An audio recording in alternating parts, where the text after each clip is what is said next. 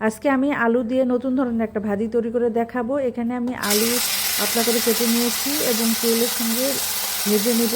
আলুতে আমি শুধু লবণ দিয়ে মেখে নিয়েছিলাম, এরপর আমি এভাবে ভেজে নিব,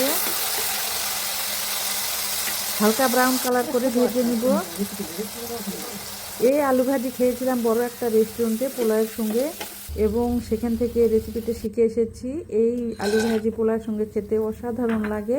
অন্য কিছুর সঙ্গেও খাওয়া যাবে, কিন্তু পোলাওয়ের সঙ্গে একটু খেতে বেশি ভালো লাগে। এরপরে আমি আলু ভাজা কমপ্লিট করে ভেজে নিব বাদাম, বাদাম। বাদামটা ভাজা হলে আমি ভেজে নেব লেবু পাতা, হালকা একটু ভেজে নিয়ে আমি উঠিয়ে নিব। এরপরে আমি দিব বিট লবণ আর দিব গোলমরিচ গুঁড়ো দিয়ে আমি ভালোভাবে মেখে নিব।